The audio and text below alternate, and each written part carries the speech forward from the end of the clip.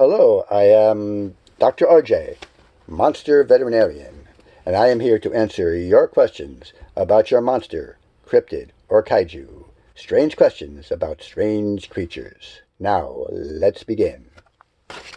I have here a question from Roger and Lynn Scarborough from Point Pleasant, West Virginia. They say, "We recently went to the Battle of Point Pleasant Memorial, and we found a Mothman perched atop the monument." Well, that's an interesting addition. Our kids wanted to keep it. We said no, but it flew after our car and followed us home. Yes, they do tend to do that sometimes. It stood on our lawn all night until we decided to keep it. They can be very persistent, yes. It's been a problem from the beginning. Here we go. We didn't know at the time, but Mothmen, like regular moths, like to eat clothes. Yes, they do. But this thing is so big, it chews up our entire wardrobe and swallows suits and dresses completely. Unfortunate, but predictable. He's attracted to light, and he flies in circles around our living room lamps, but his wings are so big, he trashes the entire room. That's another bad habit of Mothman, yes. Another problem is that he's a portent of doom, and our neighbors are so terrified that they're expecting a disaster. They're stocking up on food and building emergency shelters. Humans are so panicky, really. Things really got strange when two tiny Asian fairies arrived and began singing in unison. Tiny fairies love their big moths. I gotta tell you, it's a thing. We didn't know why they were here, but they kept us awake all night singing about Mothra. I know what's coming next. The next day, a colossal caterpillar showed up, crushing the whole war memorial and a FedEx truck. It attached itself to the side of our apartment building and built a big cocoon around itself. It's what they do. The landlord is furious, and the local exterminators refuse to take the job. But can you blame them, really? Everyone is blaming our Mothman for bringing bad luck, and we're dreading what's going to hatch from that cocoon.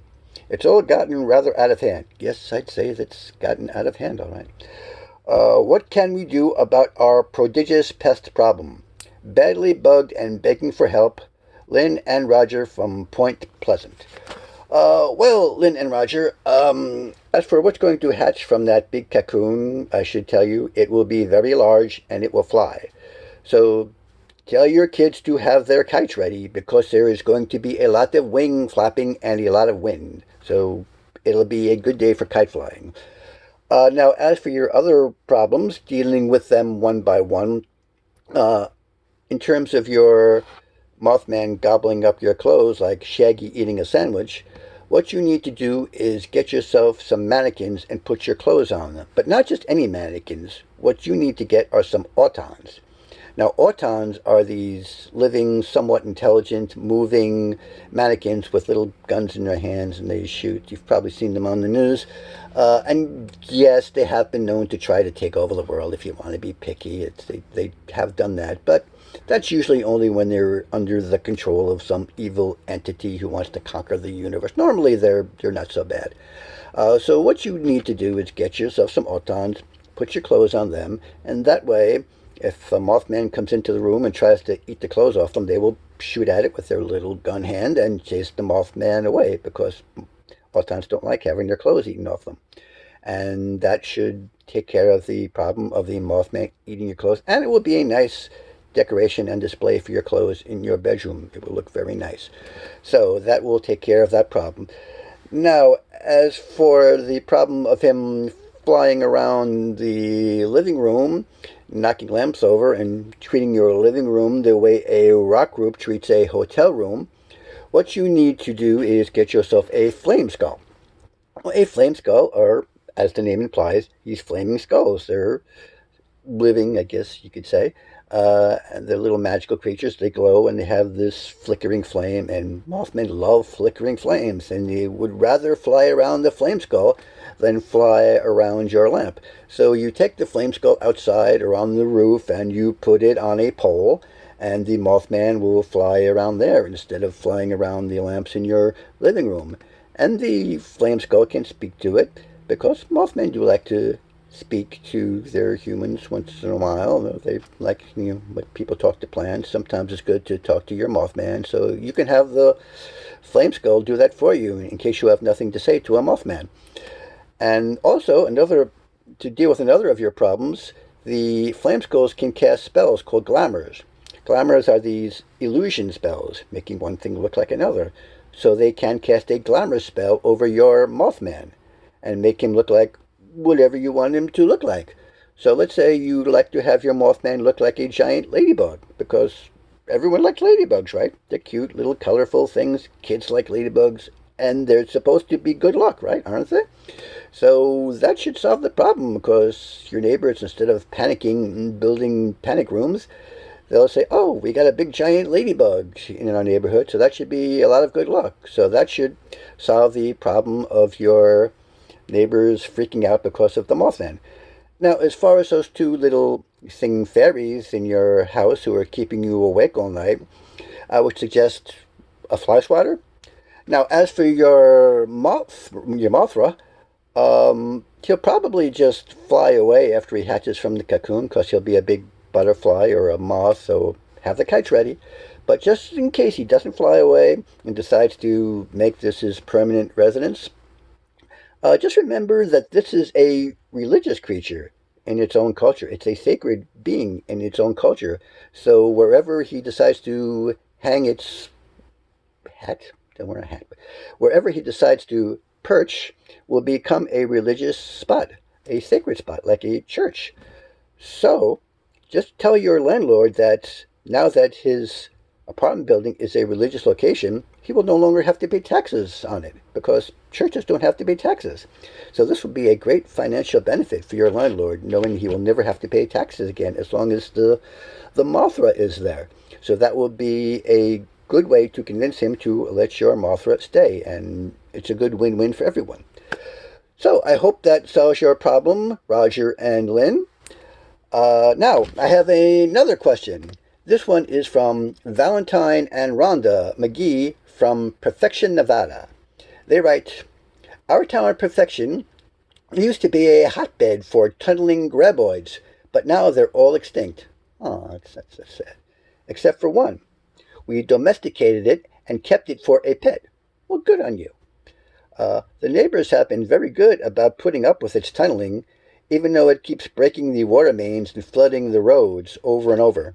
Well, it's nice of the neighbors to be so understanding, because this can be an annoying problem, but I'm glad you have compassionate neighbors. The graboid doesn't pay much attention to those signs that say, call before you dig. Well, no, it wouldn't, would it? I mean, first of all, they don't read. Second, they're underground, so they're not going to pay much attention to signs. Things were okay until one of our neighbors took in a Sarlacc. Oh my, this could be bad. I think they got it from the meteor that crashed nearby. Well, that would make sense, since Sarlaccs are known to come from galaxies far away. So a meteor would be the most likely way to get one. It grew very quickly. They do. It's amazing how quick they grow. And it burrowed its way into the ground near Bert's place. They're so cute when they dig, aren't they? Well, anyway, and that's when things got ugly. I can see this getting ugly very quickly. They started having a turf war underground.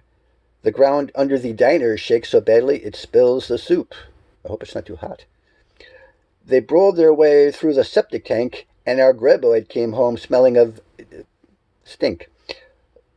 Their last tussle caused a sinkhole under the church, and, well, we don't have a church anymore. These two just can't get along. Is there a way to make a truce between a graboid and a Sarlacc? Deeply disturbed in Nevada. Valentine and Rhonda. Well, Valentine and Rhonda, you should know that both Sarlaccs and graboids are very territorial, stubbornly territorial, and they will not give up their piece of dirt easily. They're going to fight.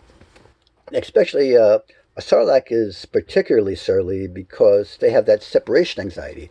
You know, they're from a galaxy far, far away, and now you find yourself in another planet, in another galaxy, and you feel like an outcast. And you know how it is when you feel like an outcast. You know, you you dig a hole in the ground and you just attack anyone who happens to fall into it and eat them. That's what that's what we would all do. So you can't blame your Sarlacc for being a little cranky. Now, as for how you stop the fighting between the two of them, you don't. They're going to fight. You're not going to be able to stop it. What you need to do is localize it, and by that I mean cage it. Pick your spot and cage it. Now, the good people at Thunderdome Industries sell these great fighting cages that will accommodate a Sarlacc and a Graboid. So what you do is you get together with the owner of the Sarlacc, and you arrange a time to get both the Graboid and the Sarlacc into the steel cage where they can work out their hostilities together. And what you should do is you should put a glass ceiling on top of the cage so people can look in. And then you get tourists, all those Nevada tourists, and you bring them over to watch the fight and you sell tickets.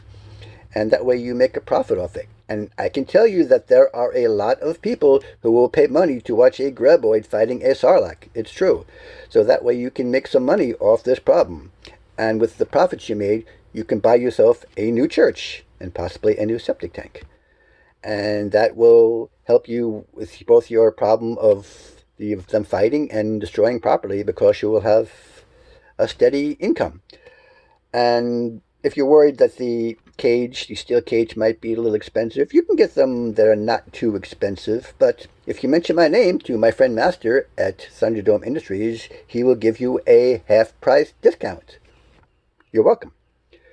Well, that's all the time I have now. I have a patient waiting in the next room. I have a dragon with a gas problem, and if he belches again, he's going to burn down my office, so I must attend to that immediately. But I just wanted to answer your questions because I have a lot of mail piling up. So, I have been Dr. RJ, Monster Veterinarian, and I was here to answer your questions about your monster, cryptid or kaiju. Strange answers to strange questions about strange creatures. So that's it for this week. Goodbye, and until next week, have a monster of a great day.